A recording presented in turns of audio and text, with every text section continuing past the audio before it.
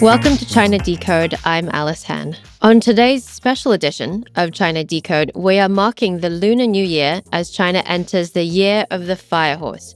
From astrology and political upheaval to birth rates and record-breaking travel, this festival isn't just about symbolism. It could say a lot about where China is headed next. Today, we're joined by writer and commentator Lijia Zhang to help us break it all down. Lijia, welcome to the show. Thank you for having me. Let's get right into it. The fire horse only comes around once every 60 years. The last time was 1966, the year China's Cultural Revolution began. In Chinese astrology, the horse represents speed, action, boldness. And when you add fire, you get intensity, even volatility. Some astrologers say this is a year for dramatic change. Others point out that historically, fire horse years have coincided with periods of mass upheaval. So Lijia, thanks so much for spending time with us. Walk us through the Chinese zodiac. There are 12 animals, there are 5 elements. What makes the fire horse year so special as well? Chinese zodiac runs on a 12-year lunar cycle, with each year associated with animal like rat, ox, dragon. So I think what makes the Chinese zodiac more interesting and richer, it is that it combines with 5 elements, the 5 essential elements like wood, fire, earth, metal, and water. This creates a 6-year cycle. So this year is the fire horse, known as Bingwu. And what are the characteristics of the fire horse year? I doing some reading, you read a lot about how it's a year of volatility, turbulence, but also boldness and action. How would you characterize fire horse years and babies that are born in the year of the fire horse? So, according to the Chinese traditional belief, the fire horse has long been associated with turbulence and dramatic change. Fire can mean energy, but also renewal, but also it can mean destruction. So, quite a lot of people now in China now embrace for some turbulence ahead and hopefully some drastic, dramatic changes. That's very interesting. I have more questions related to that, but I want to take it back to everyday Chinese people. Growing up Chinese in Australia, my parents would put up the upside down 4 sign, the prosperity sign, and they'd have the Chunlian as well, the spring couplets. But maybe tell us how everyday Chinese people celebrate the new year and what will make this new year different. Well, first of all, I should say that the Chinese New Year is the most important festival in the whole year. So especially the reunion dinner on the New Year's Eve. So that's a time for the family have dinner together. So, which is why people will travel all over. Many Chinese people now don't leave their hometowns. They will, before the Chinese New Year, they will try to rush back home to have this. So so it's the most important festival, and it's a festival for the family reunion. Mentioned about the symbol is the character Fu, which it means both happiness and fortune. So you put it upside down, which means Fu Dao, the happiness has arrived. Related to that, I'm seeing in social media, people have pictures of Draco Malfoy, the Harry Potter character, because in Chinese, his name is Maerfu, which is, good fortune and horse, there's characters. I've seen pictures of it quite viral in China of upside down Malfoys on people's doors, which is, I think, a contemporary interpretation of the Chinese New Year. I wanted to ask you, for the Chinese who live outside of China, are there different ways in which they celebrate the New Year? There are different ways. Our fundamental ways are the same. The reunion dinner, the cooking the feast. Yes, I think fundamentally things are the same, except that when you live abroad, it's a little bit harder to get the ingredients. When I was growing up, I really lived for the Chinese New Year because that was the only time we as children could have enjoyed the meat and other good food without restriction. And Alice, I guess you were too young. And as I was growing up in China, China was still very, very poor, and everything was rationed. All the basic goods, for example, meat, rice, eggs, cooking oil, everything was rationed. Could probably eat meat 3 or 4 times every month, and each time we could have only tiny amount. But before the Chinese New Year, work unit 单位, my mother worked for state-owned enterprise, would allocate some good food like ham, eggs to workers. So that was the time we could have enjoyed lots of good food. So I always looked forward to the Chinese New Year. It's interesting you say that. My mother has similar memories. When she was 9 years old, she would line up at the rationing queues to get your little apportionment or ration of meat and rice for the day. And I just remember her being only just 9 years old by herself, going to and queuing up for food. This was a time, I believe it would have been still the 70s, but that shows you how much China has changed. And at that time, so I think I said the New Year, the 春节, the Spring Festival was so enjoyable. We're also looking forward to it, but also because we have to make a contribution. And I was a child. I remember since I was very young, my parents would send me to go out to queuing up for hours. We had to get up really early Yeah. for a few vegetables. So Yeah.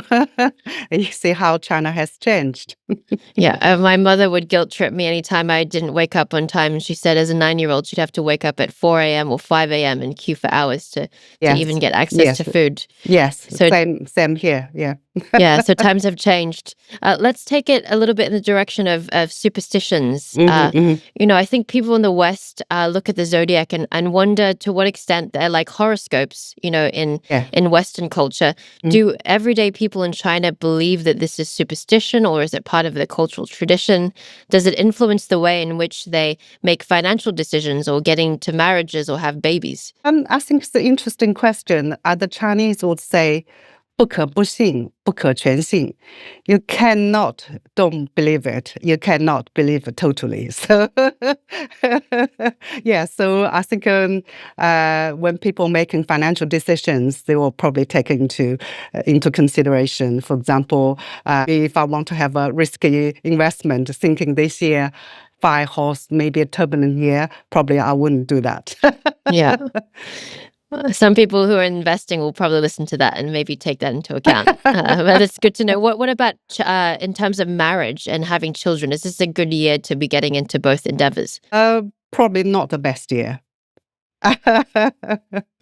And why is that? So this year is, I think some people will try to, not everybody, but some people will try to avoid thing and such because it's things are unpredictable. Marriage is already a difficult enterprise to run, so you want to have a good, stable starting point. Very interesting. Let's talk about history. What I found so interesting is 1966 was the last time we had a fire horse year. This was the start of the Cultural Revolution, which was one of the most turbulent periods in Chinese history. It lasted almost a decade. Tell us a little bit about how Chinese history has been impacted by the fire horse years and whether or not people in China believe there is a connection between historical political instability and the fire horse years. Notice that there have been quite a lot of discussion on the social media about this upcoming year of fire horse, and quite a few people have pointed out that 60 years ago, it comes around the five horse, 丙午年 comes around every 60 years. Last time was the Cultural Revolution, a mad political movement launched by Chairman Mao. During that time, it lasted for 10 years. During that time, millions of people have injured. Many died, and the family broken up. the economy was pushed to the brink of collapse. So it was a total disaster. And then the 6 years before that, 1906, was just happened to be another extremely turbulent year. That was the end of the Qing, and Qing dynasty was standing on its last leg. And in that year, apart from the political tension, China suffered terrible floods. Some 25 million people were believed to have died. So I'm taking this into consideration. So quite a lot of people now feel a bit wary about this coming year. Very, very interesting. Well, we're going to take a quick break, so stay with us.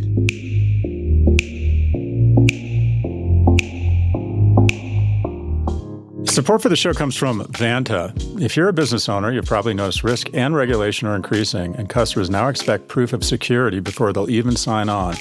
Building that trust is essential to closing deals, but it's often expensive, time-consuming, and complicated. Vanta says that's exactly the problem they built to solve. Vanta automates your compliance process to bring compliance, risk, and customer trust together on one AI-powered platform. They automate the process of achieving and maintaining compliance with over 35 security and privacy frameworks, including SOC 2, ISO 27001, and HIPAA. That helps companies get compliant fast and remain compliant, opening doors to next-level growth opportunities and freeing up valuable time. That means no more searching through audits and spreadsheets. Instead, you get a system that works in the background, keeping you compliant, reducing risk, and helping your business scale fast and with confidence. Companies including Ramp and Ryder spend 82% less time on audits with Vanta. That's not just faster compliance, it's more time for growth. You can get started at vanta.com/propg. That's VANTA.com/propg. Vanta.com/propg.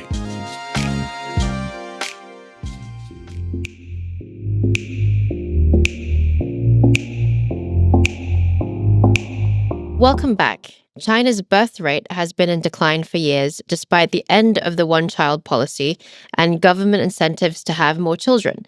But zodiac years do matter. Some years see baby booms, especially dragon years. The horse is associated with strength and prosperity, and the fire horse with ambition and dynamism. Now, Lijia, we talked briefly about whether or not it was a good time to marry or have children in the year of the fire horse.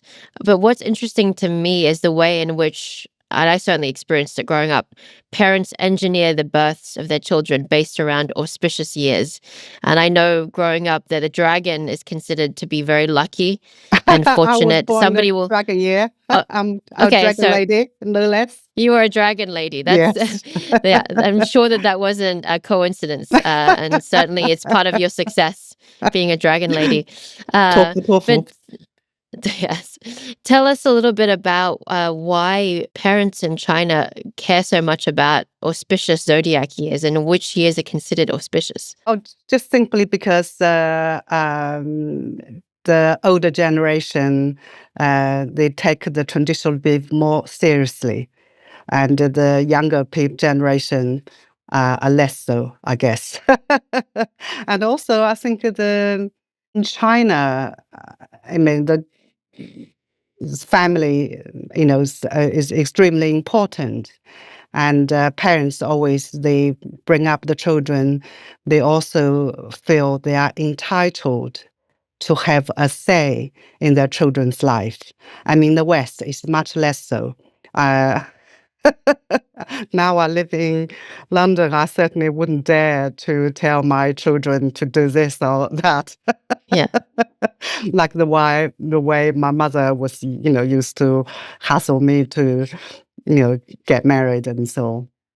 And which years do you think are considered lucky years? We obviously established that dragon year is a very lucky year. You're a dragon.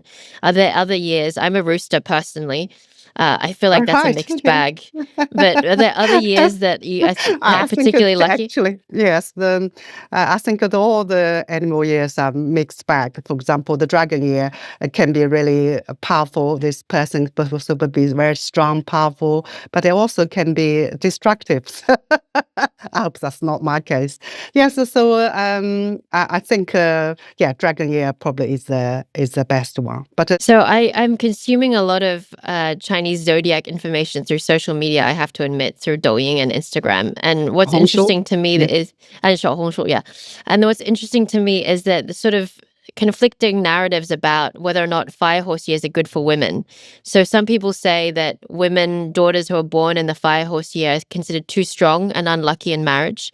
Other people are saying that fire horse years are good for females' career development. Women really progress in fire horse years. I've been sharing this a lot with my female friends to encourage them in their careers. But tell me about the stigma or the stereotypes of fire horse women and whether or not fire horse years are in fact good for women. I think in China, as in the rest of the world, some men just don't like women with a strong personality. It's a So, universal thing, unfortunately. yeah, so a woman who is born in the fire horse, the year of dragon, is supposed to have strong personality that can potentially put some people off. Some men put some men off.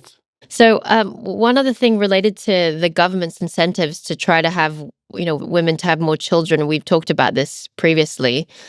You grew up in China, and you probably witnessed some of the one-child policy, but you've also grown up in the West. How do you think about this birth issue in China? There's so many different ways to look at it. Marriage rates are declining, fertility rates are declining. How do you see this issue? I'm glad you asked the question because that's the issue I'm very interested in. In fact, when I went to China last year, I interviewed tons of people about women, but with the idea to write a book about a changing attitude towards marriage and motherhood. As you know, that the birth rate is a decline, rate of marriage is decline, and divorce is rising. I think that pattern actually fits into the pattern of the developed country.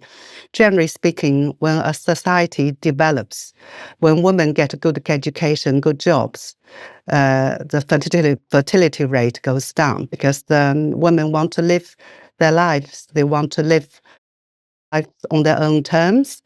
And I think this is particularly driven by urban educated women. They do not see marriage or motherhood as the necessary ingredients for a happy, fulfilling life. They want to do their own things. They want to travel. They want to be free, and they want to pursue their career. So, and particularly in China, as you know, China is not particularly for married women. There are still lots of discrimination against the married women in workplace. So this is why you see that the birth rate is declining. I think in many ways the economy is the best contraception. The economy is the best contraception. I'm going to have to use that line. That's a great line. Feel free. Well, yeah, on that note, I think people in the West are very curious about what feminism looks like or female empowerment looks like. Can you tell us a little bit about how that's evolved over time? Certainly, women have gotten richer. They're having better careers. But I also think that what's interesting to me to see when I look at the trajectories of women in business in China compared to, say, Korea or Japan, is that we have the highest number of, in China, we see the highest number of female self-made billionaires. Now, obviously, you have to factor in the size of the population, but it seems like there's a lot of social cultural support for females in business. So absolutely. Half of the world's self-made women, the top 10, half of them come from China. So that's the area that women can show their strengths, and because that's the area depends less on other people. So I think Chinese women are brilliant, very enterprising. So yeah, so I just think I think today's young women, they are far more conservative compared to the older generation. They want to live their life to the full. They want to live the life on their own terms. And they're also willing to put down their feet. And sometimes they flatly reject their parents' request for them to get married. Sometimes they found some tricks. For example, have you heard this new business of renting boyfriend or girlfriend? So I've heard about this. Yes. So the Chinese New Year time. So anyway, children they live in Beijing, big cities in Beijing, Shanghai, and then they go to their hometown for the Spring Festival, and they are supposed to bring their girlfriends or boyfriends. So they don't have one. So sometimes to fool their parents, they will rent a girlfriend or a boyfriend to go home to show their parents. Oh, wow. Yeah, I could see that happening. And in a way, that can't be disrupted by AI because they physically need to bring back somebody to their Yes. hometown. Yeah. That's very interesting. And you also see this trope in Chinese social media, and I also hear this amongst my guimi, my friends, my good friends in China, of successful older women professionally dating much younger men. Yeah, 小鲜肉. Uh, Yes. yes, exactly. Have you been following this? So some for and some young men see older women as more experienced, more interesting. They have a lot more to offer, and also they probably have more money. The guys don't have all the pressure to pay for them. Some of them probably will enjoy some free meals. Yes, it certainly changes this culture of 大男主义 in China, chauvinism, Yeah. which it did exist if you look back to a really pre-revolutionary, pre-CCP China. Chinese culture was very patriarchal, and yet I feel now there's quite a strong female element to Chinese society. At least I see this personally. Yes, I have found the whole thing so interesting. So officially, feminist movement has died because supposedly, because all the online media forms. For example, I used to have I still do have lots of feminist friends, and there were feminist school. I went to China's first feminist school. The Lijia Voice of Feminist, the online platform was shut down. Lots of feminist-related NGOs were shut down. So the Chinese authorities really don't like feminist or feminist movement, and they blame the Western influence. But beliefs, that's the official side, but the daily feminism exists everywhere, and it is growing. Women found interesting ways to push for gender equality. They form informal discussion groups, and they help each other. So yes, ultimately, feminist movement has not died in China. It is growing. Well, that just reminds me so much of how in China there's always a way to go around regulations. When people had the private tutoring crackdown, I heard stories that wealthy families were bringing in PhD nannies, PhD bomu, to come and teach their children and be effectively a governess or a home tutor. And similarly with the gaming crackdown, young underage kids were just using their grandparents' ID or their faces to log into the gaming console. So there's people think that top down and regulatory crackdown can be quite harsh, but oftentimes there is a way in which people obviate the rules. Yes, that's China for you. There's always a way to get around it. All right, we're going to take one last quick break, so stay with us.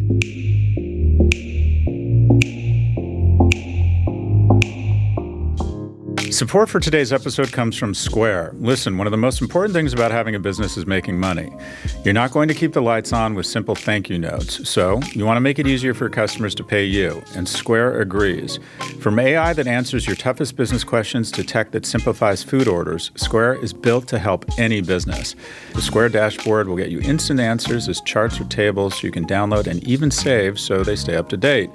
Uncover answers, spot trends, and make more confident business decisions fast with Square AI. Plus, you'll have all the features you came to love from Square, including taking every payment type, managing your staff, payroll, and schedule, sell online or in person, with synced inventory and access your money instantly with Square Checking. Square launched its most powerful tools yet, designed to give local businesses a competitive advantage without the complexity. If you're ready to sell smarter, run your business more smoothly, and stress less right now, you can get up to $200 off Square hardware at square.com/go/propg. That's SQUARE.com/go/propg. Run your business smarter with Square. Get started today.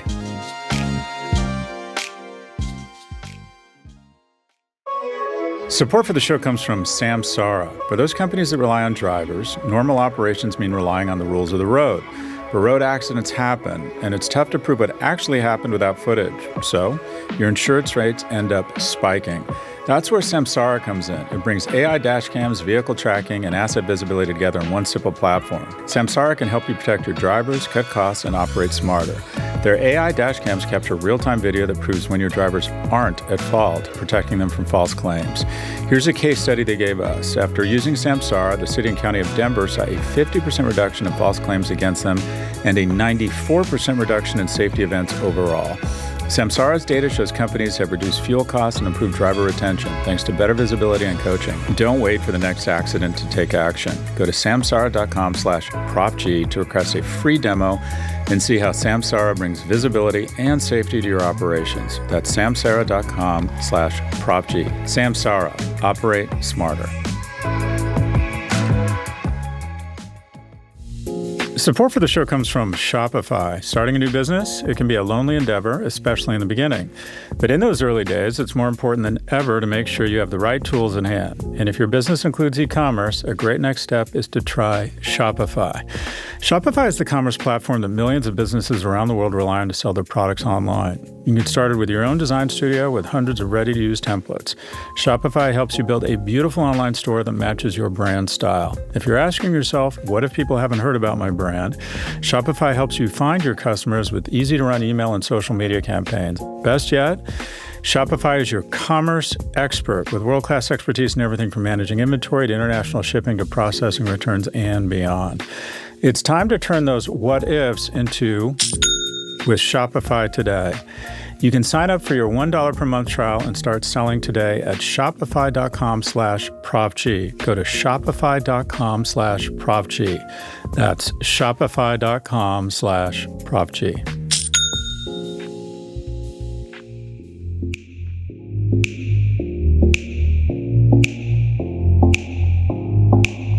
Welcome back. The Chinese New Year is the largest annual human migration on Earth. This year, China expects a record 9.5 billion passenger trips during the 40-day Spring Festival period, higher than last year's 9.02 billion. Rail travel alone is expected to hit 540 million trips, aviation 95 million. And for the first time, the official holiday has been extended to 9 days, in part to boost domestic consumption. Lijia, have you actually been in one of these, huge trips to go back to your hometown? Where did you grow up in China? I grew up in Nanjing, and not far from your hometown, Shanghai. Yes, I grew up there on the banks of the Yangtze River.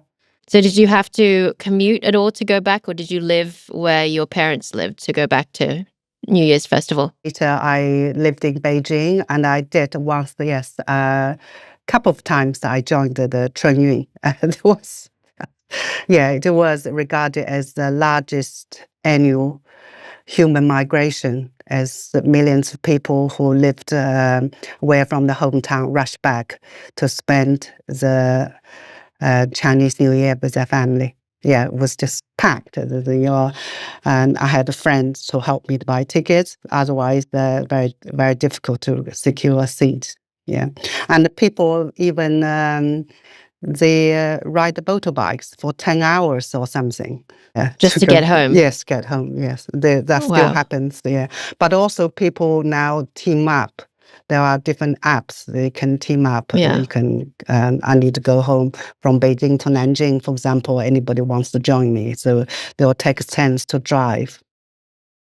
It's the ride-sharing economy. Yeah. Yeah, that's great. And so Chinese New Year is always about returning home, spending time with family. How do you think about this idea of migrating, massive amounts of Chinese people migrating long distances to go back home?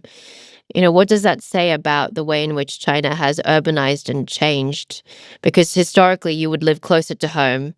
Really, from the 80s onwards, people start proliferating, moving for university, for jobs. How do you think about that sociological movement, really, from the 80s onwards? So ever since the reform opening up, people were allowed to move from one place to another. So there's no democracy or as such, but the personal freedom has increased a great deal. So people were allowed to move away from their hometown and settle whenever where they could find the opportunity. So yes, so China has become more mobile, and the urbanization also. When the reform started, 3% of the Chinese lived in the countryside. Now it's about, just through a few generations, industrialization has taken place, urbanization. Now, probably 70% of people in the city. The new generation in China, Gen Z, wanting to take it easier. You hear a lot, even in the West, this concept of tangping, lying flat.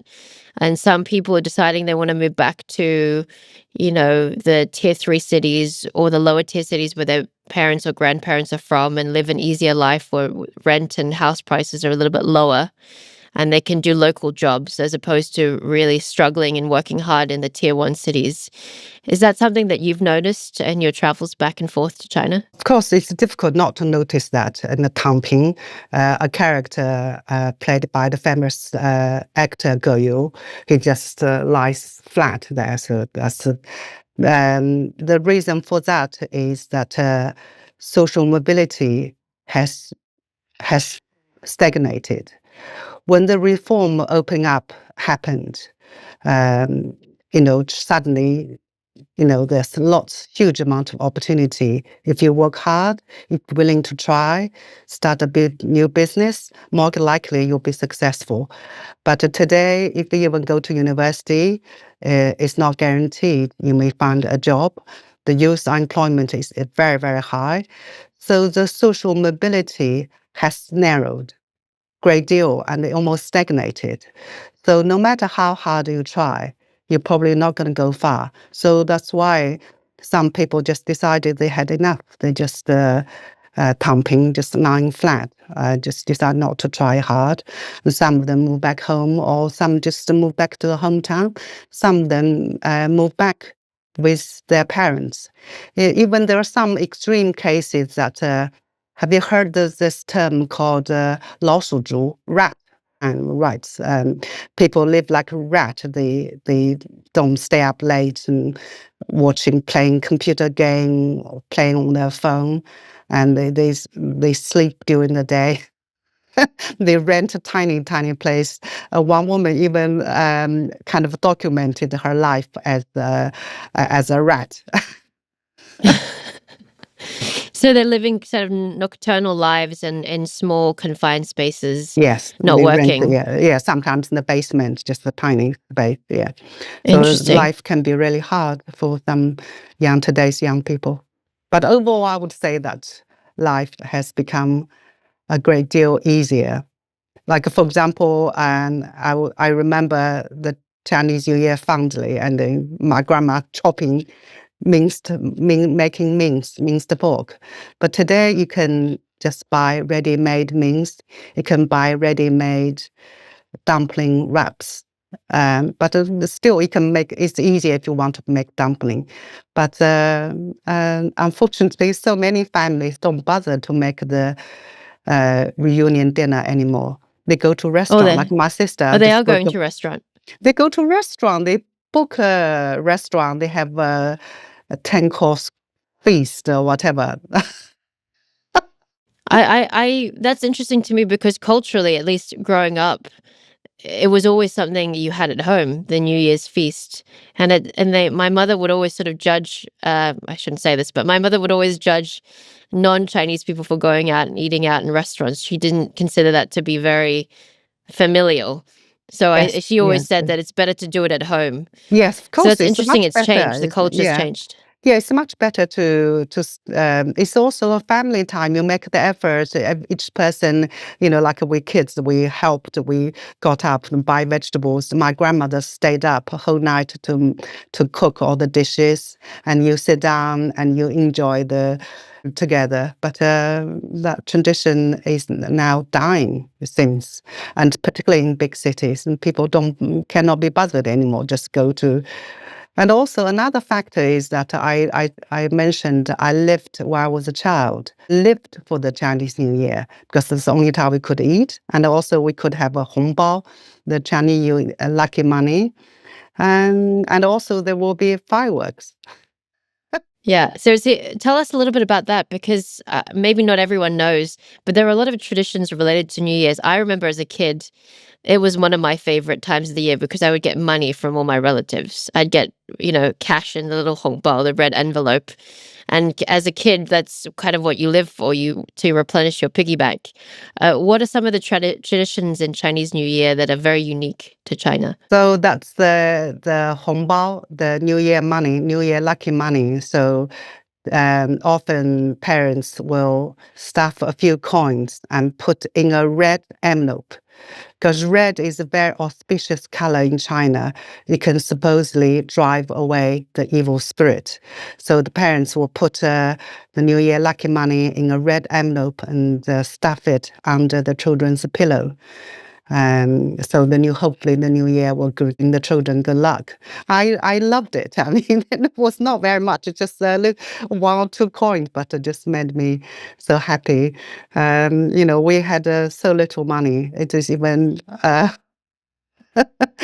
one or two coins can last quite a long time. Yeah, and also there's fireworks. So on the New Year's Eve, that's the time for the Chinese New Reunion dinner at 12 midnight. That's the time to set off fireworks and firecrackers. Oh my goodness! You should have seen. Have you ever seen it? Not in person, no, actually. I mean, in Australia, we never really. I think our neighbors would be annoyed if we launched firecrackers, but I've seen firecrackers in China. As we were growing up, so every year we looked forward to it, and that was just so dramatic. It just imagines millions of families set off firecrackers, fireworks, same time. The noise was deafening. The sky was on fire, and we just thought, as children, we just thought of something immense, monumental was happening, like in the new year was blasted into existence. Yeah. And so exciting. So, what was the meaning of the firecrackers in Chinese culture? Why? Yeah, so the firecrackers, so according to the legend, on the midnight on the New Year's Eve, you set off firecrackers to welcome the New Year, and the loud noise to drive away the evil spirit, the mythical monster called Nian, as the year Nian. So that's why you let off fireworks to drive away the evil spirit and welcome the arrival of a new year. So if I think about the Chinese New Year, I remember two sounds. One is the fireworks. Another one is my grandmother chopping with her. Minced meat. Yeah, minced meat. For the dumplings? For the probably? dumplings, yeah. Yeah. And what other foods do you have on your menu? I know growing up there were a lot of noodles. There was always a fish dish. Yes, there's always a fish dish because fish in Chinese is yu, which means surplus. I'm hoping that everything will be in abundance. There will be surplus left over. So that's fish, yes. So if you actually don't eat the fish for during the New Year dinner, so my grandmother will bring the dish. So see, there's this fish, and then she'll put it away for later. So if you eat it, there won't be any surplus. So that's a fish dish, but not eaten immediately. And then there are always dumplings, 饺子, because the shape of a dumpling vaguely resembles the gold ingots of the olden days. So the dumpling represents wealth. Also, there's another essential food is tangyuan, the sweet dumpling filled with sweet sesame or with red bean paste. So those are the essentials. That was my favorite. The tangyuan is always my favorite. You can also have savory ones with meat. Pork meat is also very good. Yeah. And then there's another 年糕, 年年有糕. My mother used to always say, it's like every year you're growing. Yes, the sticky rice cake. Rice cake. Yeah. sticky rice cake. Yeah, so much delicious food to have, I think, in the coming days, certainly as we celebrate the Lunar New Year. Well, thank you so much, Lijia, for your time. And certainly I know you'll be making delicious food and dumplings. I certainly will be. But thank you so much for your time. Pleasure. All right, that's all for this very special episode to celebrate the China Lunar New Year. Thank you for listening to China Decode. Make sure to follow us wherever you get your podcasts so you don't miss an episode. Talk to you again next week.